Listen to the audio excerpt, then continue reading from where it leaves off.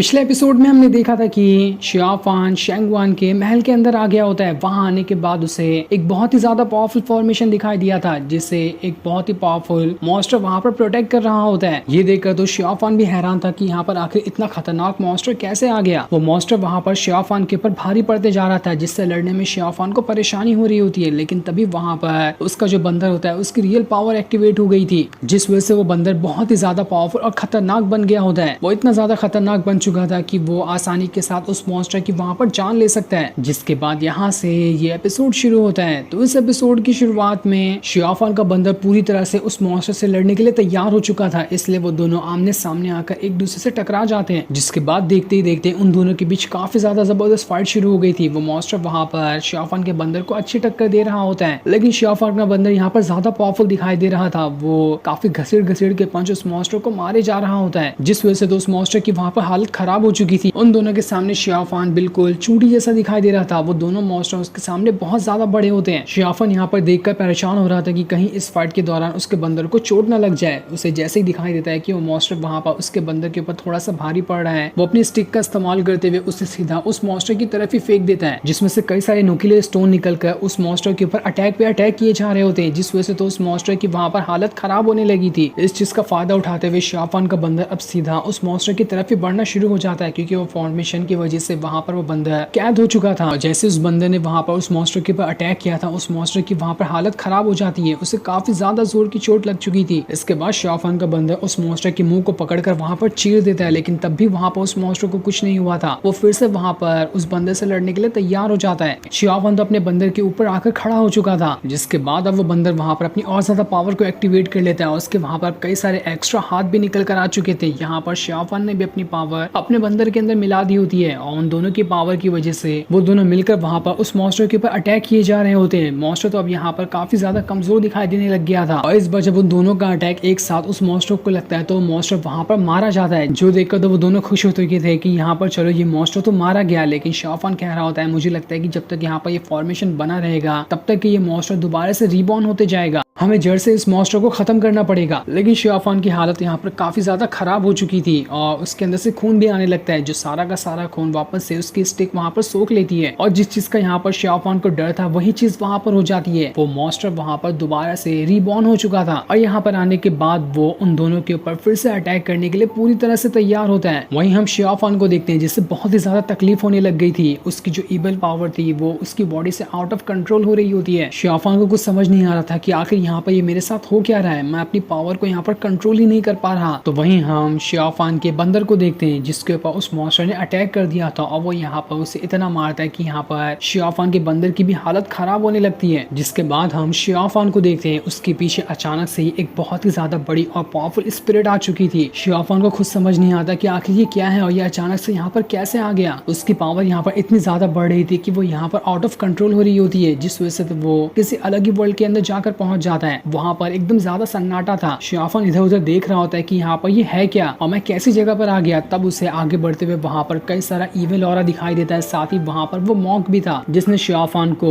वो evil power वाला पिल दिया था पहली बार में। उसे देखकर तो शियाफान को काफी ज्यादा गुस्सा आ रहा होता है, लेकिन वो मास्टर जो होता है वहां पर शियाफान से कह रहा था मेरे सामने झुक जाओ और मुझे मास्टर कह के बुलाओ, तभी इसमें तुम्हारी भलाई होने वाली है। जिसके बाद तो शियाफान उसी मिस्टीरियस वर्ल्ड के अंदर नीचे गिरते ही जा रहा था। उसे कुछ समझ नहीं आ रहा होता कि उसके साथ क्या हो रहा है। शियाफान को वहां पर पुरानी चीजें याद आ रही होती है, जो भी उसने अपने सेट के अंदर बिताया था। वो सारी चीजों को वहां पर याद कर रहा होता है। उसे वहां पर जूकी, बिया और वो सारे लोग याद आ रहे होते हैं जो उसके दोस्त थे, जिनके साथ वो 10 साल पहले रहा करता था। शियाफान को ऐसा लग रहा होता है कि मैं यहाँ पर मरने वाला हूँ, इसलिए मुझे ये सारी चीजें यहाँ पर याद आ रही है। लेकिन तब भी वो वहां पर खुद को वापस से होश में लेकर आता है, क्योंकि वो उस इविल ऑरा के पूरी तरह से चंगुल में जा चुका था, और होश में आने के बाद वो खुद को उस इविल ऑरा से बाहर लाने की कोशिश कर रहा होता है। इधर शियाफान का बंदर तो अब भी उस मॉन्स्टर के साथ फाइट कर रहा था, जहाँ पर उसकी हालत काफी ज्यादा खराब हो चुकी होती है। वो मॉन्स्टर तो वहां पर शियाफान के बंदर के ऊपर काफी ज्यादा भारी पड़ चुका था। शियाफान खुद को उस इवल पावर से बाहर निकालने की कोशिश कर रहा था, और वो जो उसके पीछे स्पिरिट आई होती है वो वही इवल पावर थी जो उसे पूरी तरह से कंट्रोल करने की कोशिश कर रही थी। अगर यहाँ पर शियाफान खुद को उस इवल पावर से बाहर नहीं निकालेगा तो वह हमेशा के लिए पूरी तरह से इवल बन जाएगा। इसलिए शियाफान खुद को वहां से बाहर निकालने की कोशिश कर रहा होता है, लेकिन वो इवल पावर वाली जो स्पिरिट थी वो उसे बाहर जाने ही नहीं देती। वो उसके माइंड के अंदर घुसकर उसे वहां पर मैनिपुलेट कर रही होती है ताकि शियाफान उसके बहकावे में आ जाए और वहां से जाने की कोशिश ही ना करे। लेकिन शियाफान यहाँ पर अपनी पूरी हिम्मत जुटाया होता है, उसे कैसे भी करके यहाँ पर इस इविल स्पिरिट के चंगुल से बाहर निकलना ही था। जब उस इविल स्पिरिट को लगता है कि शियाफान यहाँ पर उसके कंट्रोल में नहीं आ रहा तो वो वहां पर उसके ऊपर अटैक करने की कोशिश करने लगती है ताकि अब वो यहाँ पर शियाफान की जान ही ले सके। लेकिन तब भी शियाफान वहां पर खुद को बचाया होता है, जिस वजह से अब उसकी हालत वहां पर खराब होने लग गई थी और वो वहां पर इतनी ज्यादा खुद को कंट्रोल करने की वजह से वहां पर बेहोश हो जाता है। लेकिन तब तक कि वो स्पिरिट वहां से गायब हो चुकी थी। ऐसा लग रहा था कि शियाफान ने अपने इविल पावर के ऊपर कंट्रोल हासिल कर लिया है। दूसरी तरफ हम फेंगशन वैली और उन सी मॉन्स्टर को देख रहे होते हैं जहाँ पर वो सारे के सारे फेंगशन वैली के जो एल्डर थे उन मरे हुए मॉन्स्टर की अच्छे से तलाशी ले रहे होते हैं। वो लोग कह रहे थे कि हमने तो यहाँ पर सोचा कि ये मॉन्स्टर हमारे ऊपर अटैक कर रहे हैं तो हम भी इसके ऊपर अटैक करने के लिए चले गए थे, लेकिन असल बात तो ये थी कि हमने मरे हुए मॉन्स्टर को देखा ही नहीं। इसके ऊपर तो हमारे यहाँ के स्वॉर्ड या वेपन का तो कोई भी निशान ज्यादातर नहीं दिखाई दे रहा है, जबकि इन लोगों को किसी अलग ही तरह के वेपन से मारा गया है जो कि हमारे पास तो ऐसा है ही। जरूर यहाँ पर कोई ऐसा बंदा है जो हमारे और इन सी मॉन्स्टर के बीच में झगड़ा लड़ाना चाहता है। हमें उस इंसान का पता लगाना होगा, वरना अगर हमने जल्दी उसका पता नहीं लगा तो काफी बड़ी गड़बड़ हो सकती है। तब वहाँ पर फेंगशन वैली का जो सीनियर होता है वो कह रहा था मेरा जो ईगल है उसने पूरे के पूरे फेंगशन वैली की अच्छे से तलाशी ले ली है। उसे जो चोर लोग हैं वो इस फेंगशन वैली के अंदर तो दिखाई नहीं दे रहे, वो लोग यहाँ से जा चुके हैं, लेकिन यहाँ से जाना इतना आसान नहीं है। फेंगशन वैली के चारों तरफ पहाड़ी इलाका है। मेरे ख्याल से अभी भी वो चोर लोग जिन्होंने यहाँ पर इन सी मॉन्स्टर को मारा और हमारे सेट में घुसने की कोशिश कर रहे थे वो अभी पहाड़ी इलाके के पास ही होंगे और वहीं से भागने की कोशिश कर रहे होंगे। लेकिन शेंगवान कह रहा होता है तुम्हारा जो ईगल है वो अकेला काफी नहीं है पूरे के पूरे फेंगशन वैली की तलाशी लेने के लिए, और जहाँ तक कि मुझे लगता है कि जो भी चोर थे वो लोग यहाँ से इतनी जल्दी तो नहीं भागे होंगे। हो सकता है कि वो लोग अब भी हमारे बीच हो या फिर आसपास ही हो। हमें सबसे पहले अच्छे से तलाशी लेनी है, उसके बाद ही हमें पता चलेगा कि यहाँ पर किसने ऐसी हरकत करने की कोशिश की। जिसके बाद शेंगवान वहाँ पर अपनी पावर को एक्टिवेट करना स्टार्ट कर देता है। उसके बाद वो कह रहा होता है मुझे समझ नहीं आ रहा कि आखिर उन लोग चोरों का असल मकसद क्या था। क्या उन लोगों ने हमारे सीक्रेट फॉर्मेशन का पता लगा लिया है जिसे हम 100 साल के करीब से छुपाए जा रहे थे और उसे पावरफुल बनाने की कोशिश कर रहे थे। लेकिन आखिर अगर ऐसा हुआ तो हुआ कैसे, किसे पता चल गया हमारे सीक्रेट फॉर्मेशन के बारे में। हो सकता है कि वो चोर यहाँ पर उसी सीक्रेट फॉर्मेशन के बारे में ही पता लगाने के लिए आए होंगे। वो वहाँ पर चैन और सीनियर डिसाइपल बाकी सभी लोगों से कह रहा होता है तुम लोगों की यहाँ पर जिम्मेदारी थी ना कि इस सेट की अच्छे से तलाशी लेना है, यहाँ पर कोई घुसपैठिया ना आए और यहाँ की कोई खबर वगैरह बाहर ना चली जाए। तो आखिर ऐसा हुआ कैसे कि यहाँ पर चोर लोग भी आ गए और हो सकता है कि उन्हें हमारे सीक्रेट फॉर्मेशन के बारे में पता भी चल चुका है। तुम लोग आखिर इतने ज्यादा लापरवाह कैसे हो सकते हो। ये सुनकर वो सारे के सारे लोग वहाँ पर शेंगवान से माफी मांगते हुए कह रहे होते हैं सीनियर हमें माफ कर दो, हमारी जिम्मेदारी थी लेकिन हमने उसे पूरा नहीं किया। पर हम लोग यहाँ पर आपको भरोसा दिलाते हैं कि हम लोग वो नहीं है जो आप समझ रहे हो। हम आखिर क्यों हमारे यहाँ के सीक्रेट को बाहर जाने की या फिर किसी को लीक करने की कोशिश करेंगे। इससे तो हमारे सेट और हमें ही नुकसान हो सकता है, तो इसलिए आप हम पर शक ना करें। दूसरी तरफ हम शियाफान को देखते हैं जो अभी तक के बेहोश होता है। तब उसके पास उसका बंदर आता है जो आपस से अपने छोटे वाले फॉर्म में आ चुका था। वहां पर आने के बाद वो शियाफान को होश में लाने की कोशिश कर रहा होता है, लेकिन शियाफान तो होश में आ ही नहीं रहा था। उसने अपनी काफी ज्यादा पावर का इस्तेमाल करके उस इवल पावर को कंट्रोल किया होता है, पर तब भी उस बंदर की इतनी ज्यादा मेहनत के बाद आखिरकार शियाफान वहां पर होश में आ ही जाता है। साथ ही उस बंदर ने वहां पर उस मॉन्स्टर की भी जान ले ली थी और ऐसा लग रहा था कि यहाँ का फॉर्मेशन खत्म हो चुका है, इस वजह से तो मॉन्स्टर दोबारा यहाँ पर नहीं आ पाएगा। शियाफान वहां पर अपनी पावर का इस्तेमाल करते हुए एक प्रोटेक्शन शील्ड बना लेता है और खुद की सारी पावर को रिकवर करने की कोशिश कर रहा होता है। जितनी भी पावर उसने भी यहाँ पर उस इविल स्पिरिट को कंट्रोल करने में खर्च कर दी थी, साथ ही थोड़ी बहुत पावर वो अपने बंदर के अंदर भी डाल देता है ताकि वो भी पूरी तरह से रिकवर हो जाए। तब वहाँ पर शियाफान की स्टिक आ रही होती है, इसलिए शियाफान अपनी स्टिक को वहाँ पर उठा लेता है और वहाँ से जाने लगता है क्योंकि ऐसा लग रहा था कि यहाँ का फॉर्मेशन भी खत्म हो चुका है और अब यहाँ पर ये जगह पूरी तरह से बर्बाद हो गई है। अब शियाफान वहाँ से आगे बढ़ते जा रहा था ताकि बाकी की जगह की भी वो अच्छे से तलाशी ले सके। तब आगे बढ़ते हुए उसे वहाँ पर एक पत्थर दिखाई देता है जो कि ऐसा किसी तरह का लॉक सिस्टम दिखाई दे रहा था। साथ ही वहाँ की दीवारों पे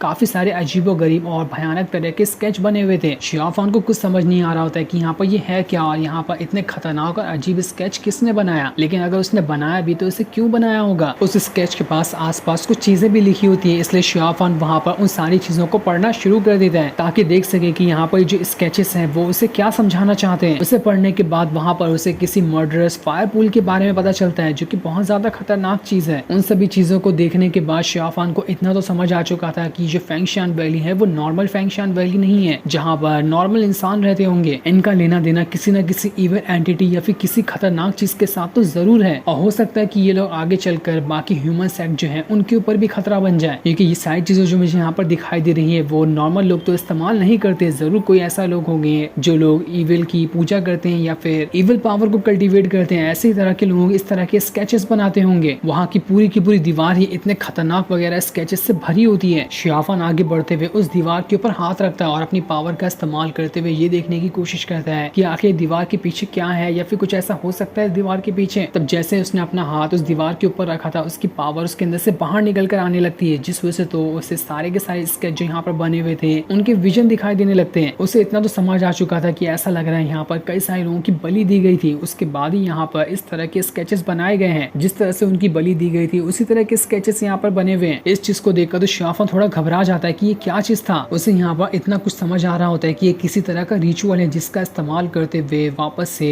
किसी भी मरे हुए चीज को दोबारा से जिंदा किया जा सकता है। उसे ही जिंदा करने के लिए कई सारी चीजों की बलि दी जाती है और उस चीजों में इन लोगों ने यहाँ पर इंसानों का इस्तेमाल किया। यहाँ पर कई सारे इंसानों की यहाँ पर बलि दी गई है। उसका इस्तेमाल करते हुए ये लोग यहाँ पर किसी मरी हुई चीज को वापस से जिंदा करना चाहते हैं, लेकिन आखिर वो मरी हुई चीज क्या होगी उसके बारे में अभी शियाफान को नहीं पता होता। वो वहाँ पर लॉक वाला जो पत्थर लगा होता है उसे खोलने की कोशिश करता है, जिससे खोलने के लिए उसने वहाँ पर अपना जेट लगा दिया था। वो जेट जैसे ही वहाँ पर लगता है वो पत्थर वाला लॉक वहाँ पर धीरे धीरे करते हुए खुलना शुरू हो जाता है। शियाफान ये देखना चाहता है कि आखिर इसके पीछे है क्या जिससे ये लोग यहाँ पर फैंक्शन वैली वाले वापस से जिंदा करना चाहते हैं। जैसे जैसे वो लॉक वहाँ पर खुल रहा था शियाफान को अजीबो गरीब गर्मी लग रही थी, तो अगले ही सेकंड उसे ठंडी बहुत ज्यादा लग रही होती है। जो चीज देखकर शियाफान इतना तो समझ चुका था कि जो भी चीज यहाँ पर है वो बहुत खतरनाक, इसके पास एक साथ फायर की पावर है और आइस की भी पावर है। इसी वजह से यहाँ का मौसम एक एक सेकंड में बदलते जा रहा है। जिसके बाद शियाफान वहाँ से आगे बढ़ जाता है और आगे बढ़ने के बाद वो किसी अलग ही जगह पर आ चुका था जहाँ पर बहुत ज्यादा ठंडी होती है। शियाफान जैसे जैसे आगे बढ़ा होता है उसके पीछे एक बहुत ही खतरनाक मॉन्स्टर आ चुका था जो धीरे धीरे करते हुए उसका पीछा कर रहा होता है। शियाफान को कुछ समझ नहीं आता कि आखिर उसके पीछे है क्या, लेकिन तभी शियाफान को पीछे से आवाज आती है जो वो मॉन्स्टर वहाँ पर शियाफान से कह रहा था, तुम तो यहाँ पर शेंगवान नहीं हो, तो आखिर तुम हो कौन यहाँ पर, तुम यहाँ पर कैसे आए। शियाफान ये सुनकर हैरान था कि आखिर ये है कौन जो मुझे यहाँ पर आवाज लगा रहा है। यहाँ पर तो ये शेंगवान को एक्सपेक्ट कर रहा था, लेकिन मेरे आने की वजह से यहाँ पर इतना ज्यादा ये हैरान रह चुका है। ऐसा लग रहा है कि यहाँ पर कुछ ना कुछ तो गड़बड़ है। वो जैसे ही पीछे मुड़कर इधर उधर देखने की कोशिश करता है कि यहाँ पर कौन था जिसने मुझे यहाँ पर आवाज लगाई। वो मॉन्स्टर वहाँ पर शियाफान से कह रहा था, तुम्हारी जो स्टिक है वो तो बहुत ही ज्यादा खतरनाक है, उसके अंदर तो इविल पावर है जिसे सोल स्टीलिंग ब्लड पावर का इस्तेमाल करते हुए बनाया गया है। दुनिया के सबसे खतरनाक वेपन में शुमार होने वाला तुम्हारा स्टिक एक लौता है यहाँ पर, लेकिन उसकी इविल स्पिरिट तुम्हारे बॉडी के अंदर वैसे भी जा चुकी है जो तुम्हें कभी भी कंट्रोल कर सकती है। शियाफान को बहुत ज्यादा गुस्सा आ रहा था कि ये कौन है यहाँ पर जो मेरे बारे में इतना कुछ जानता है लेकिन मेरे सामने नहीं आ रहा। वो पूरे गुस्से के साथ वहाँ पर कह रहा होता है, मेरे 3 गिनने तक यहाँ पर सामने आ जाओ, अगर तुम सामने नहीं आए तो मुझे मत कहना कि आगे तुम्हारा अंजाम क्या होगा। लेकिन वो चीज सामने आती, उस चीज को दिखाने से पहले ही ये एपिसोड यहीं पर एंड हो जाता है। वो चीज हमें अगले हफ्ते दिखाई जाएगी। तब तक के लिए थैंक्स फॉर वॉचिंग।